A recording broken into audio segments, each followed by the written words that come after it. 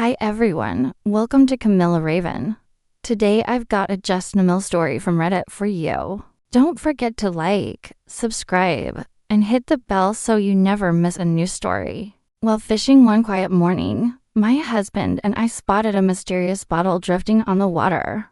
Inside was a letter that would lead us down a path we never expected, a path of hope, heartbreak, and a life-changing decision that began with a simple twist of a cork. Whenever someone asked Tom and me what our weekend plans were, the answer was always the same: fishing. It had been our favorite hobby even before we got married, and now it felt like our way of saving ourselves a place to unplug and not think about anything. Life enjoyed throwing challenges our way, like the downpour on our wedding day or the hotel canceling our honeymoon reservation at the last minute. But the cruelest joke life played on us was the one where I could not have children. We spent thousands on IVF, and nothing worked. At some point, we simply gave up and stopped trying. Then we found a pregnant woman who wanted to give her baby up for adoption. It gave us new hope. But at the last moment, she got cold feet. That broke me. For over a year, I could not even hear the word child, and Tom seemed fine with that. But recently, we registered again for the adoption waitlist. They warned us right away it could take years. So I sought peace in fishing. I always released the fish back. So it was never about the catch. It was about soothing the soul. A place where I could finally forget all the anxiety and fear. That day was no different. Tom and I sat on the dock, waiting for a bite. It was early morning, just after dawn, but the fish did not seem interested in our bait. So we just ate breakfast and sipped coffee from our thermos, in silence. Lately, we did everything in silence, and sometimes that silence felt louder than any sound. Suddenly, I noticed something strange in the water. At first, I could not tell what it was. Something just floated quietly on the surface. I got up from my chair and walked closer. It was a bottle, but not just any bottle. There was something inside it. I lay down on the dock. "What are you doing?"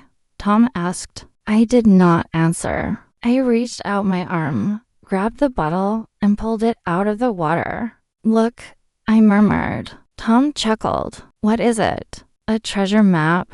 he teased. "Guess we're gonna find out," I replied and popped the cork. It took effort to pull out the rolled paper, but when I unrolled it, I knew right away it was no treasure map.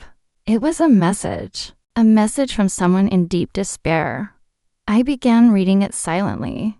When I was a kid, I loved stories about treasure hunts and pirates. Maybe that's why I am writing this letter now and sending it out on the water.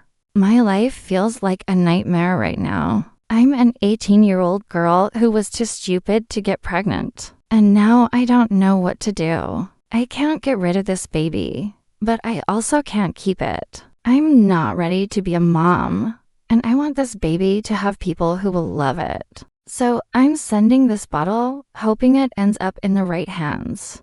Because in stories, that's how it always goes. At the bottom was a phone number and a date. I handed the letter to Tom. "So, you think this is fate, don't you?" he asked after reading it. "Look at the date. It's only been a few days since she sent it," I replied. "Teresa, this is insane," Tom muttered. "We can at least try," I insisted. "This is someone's sick joke," he argued. "This doesn't feel like a joke at all, Tom." I raised my voice. "All right, let's call this girl, whoever she is," Tom agreed. And so we called. The girl turned out to be Jess. She was in her senior year of high school. Although she was surprised we called, she also seemed happy. We arranged a meeting with her and our lawyer to discuss everything. The day arrived. I had been cleaning the house since early morning and made sure I looked presentable. When the doorbell rang, I rushed to answer it. Standing there was a young girl, her baby bump already visible, Jess, and a middle-aged man. "Hi, I'm Bob," Jess's dad. I hope it's alright that I came along, he said, extending his hand. Of course not. Please come in, I replied and let them inside. Let me take your coats, I offered as they handed them over. Dude, your house is huge, Jess commented, throwing me off a little. Jess, be respectful, Bob scolded her. But just look at this place, she marveled, and Bob shushed her again. It's fine. Thank you. Let me take you to the living room. Laura, our lawyer, is already waiting, I said as we walked in. Laura explained what we were hoping for and how we envisioned the process. Bob listened attentively, more so than Jess. Jess kept watching us. I like you guys, she said. I want this baby to grow up in your family, a family that will love them. Really? Thank you, I whispered. Her words were such a relief. Yeah, you're cool. And your house is big. Seems like a good choice, Jess added. Thank you. That's everything I hoped to hear, I confessed. You know that feeling when you're just sure about your purpose? I know mine is to be a mom. I think you'll be a wonderful mother, Bob commented, and I smiled. And you, Tom, do you also dream of being a dad? Jess asked. Well, yeah. We've been working toward this for a long time, Tom replied. Jess nodded, seemingly pleased.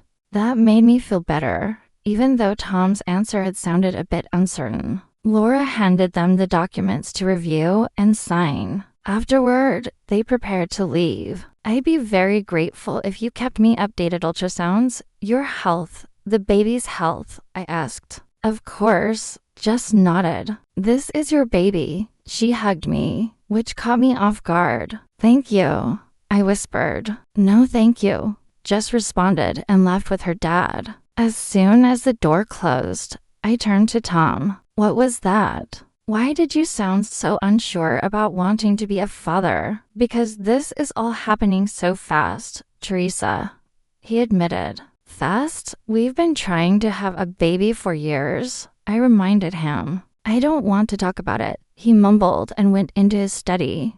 We spoke even less after that. But Jess kept in touch. She even said she would send us the ultrasound photo. I slowly began preparing, picking a neutral color for the nursery walls, looking at cribs, strollers, reading books. Tom did none of this. I worked more so I could afford maternity leave. One evening, I returned home late and found Jess in our kitchen with Tom. Jess, this is a surprise, I remarked. I wanted to give you something, she said and handed me the ultrasound. Here's your baby. It was the most beautiful thing I had ever seen. I already love this child. Thank you for bringing this by, I said softly. Of course, Jess replied. I should probably go now. And she left. When did Jess arrive? I asked Tom. A few hours ago, he answered. What were you doing all this time? We got into a debate about horror movies. So I showed her a real one, Tom shrugged. What are you doing? I asked.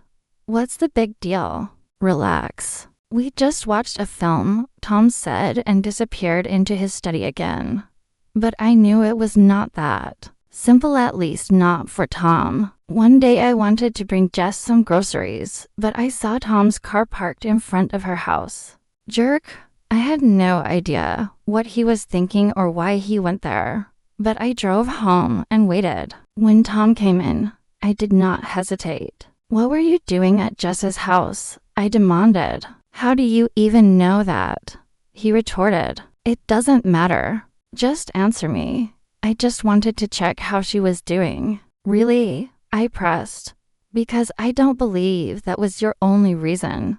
Teresa, stop nagging. You've gone completely off the rails lately. He barked and tried to escape to his study. I'm not done talking, I shouted.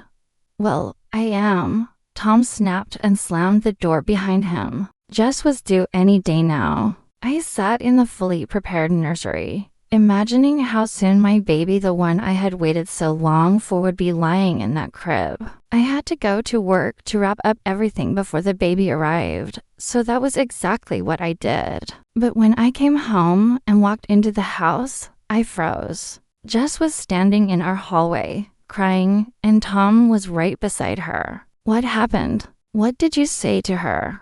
I asked and wrapped my arms around Jess. Tom hesitated. Please, I know you'll be good parents to this baby. I know you can fix this, Jess pleaded. What is she talking about? I demanded. Teresa, I'm not sure I'm ready to be a father. There are still so many things I haven't done in life, Tom confessed. And the baby is going to stop you from doing them? I challenged. Well, yeah, Tom yelled. Jess bolted out the door and ran to her car. I chased after her. Listen, he's just scared. All men are. I read about it, it's normal. I tried to explain. I'm not scared, Teresa. I never wanted to be a father, Tom stated coldly. Then maybe you should have thought about that earlier. I screamed. I figured you'd eventually calm down, but that never happened. And now everything is moving too fast, Tom shot back. Jess burst into tears again, jumped into her car, and sped away from our house as fast as she could. What is wrong with you? I yelled. Stop. You knew this, you just didn't want to admit it, Tom muttered. I shook my head and walked back inside. That evening, Tom packed all his things and loaded them into the car. I spoke to Laura. She's preparing the divorce papers, Tom announced. Thanks for handling that. I guess, I snapped. I'm sorry, Teresa, but I can't do this, he muttered. You're pathetic, I scoffed. Suddenly, there was a knock at the door. Tom and I both moved to see who it was, but all we saw was Jess's car driving away and a bottle on the doorstep, with a rolled-up note inside. What is this? Tom asked, picking up the bottle. A threat letter. I think it's for me, I replied and took it from his hands. I pulled the note out, and my heart skipped a beat when I read it. Teresa, if you're still in, then I'm still in. Jess, I smiled and held the note to my chest. Jess gave birth that same day, the day Tom and I divorced. So the worst day of my life became the best day of my life. I stood at the hospital window, staring at the rows of newborns in their bassinets, too scared to walk in. A nurse stepped out of the room. Well, Mama, ready to meet your daughter? She asked. I'm a mom, I whispered in disbelief. I stepped in carefully, and the nurse placed the baby in my arms. I could not believe I was finally holding my daughter. She was so tiny, so fragile, and I already knew I would do everything in my power to make her happy. I noticed Bob standing in the hallway, watching us through the door. How do I look? I asked. Like a brand new mom, absolutely terrified, Bob replied with a grin. I smiled and held my daughter closer, knowing that from now on, it was just the two of us against the world. Thanks for watching, and don't forget subscribe my channel, Camilla Raven.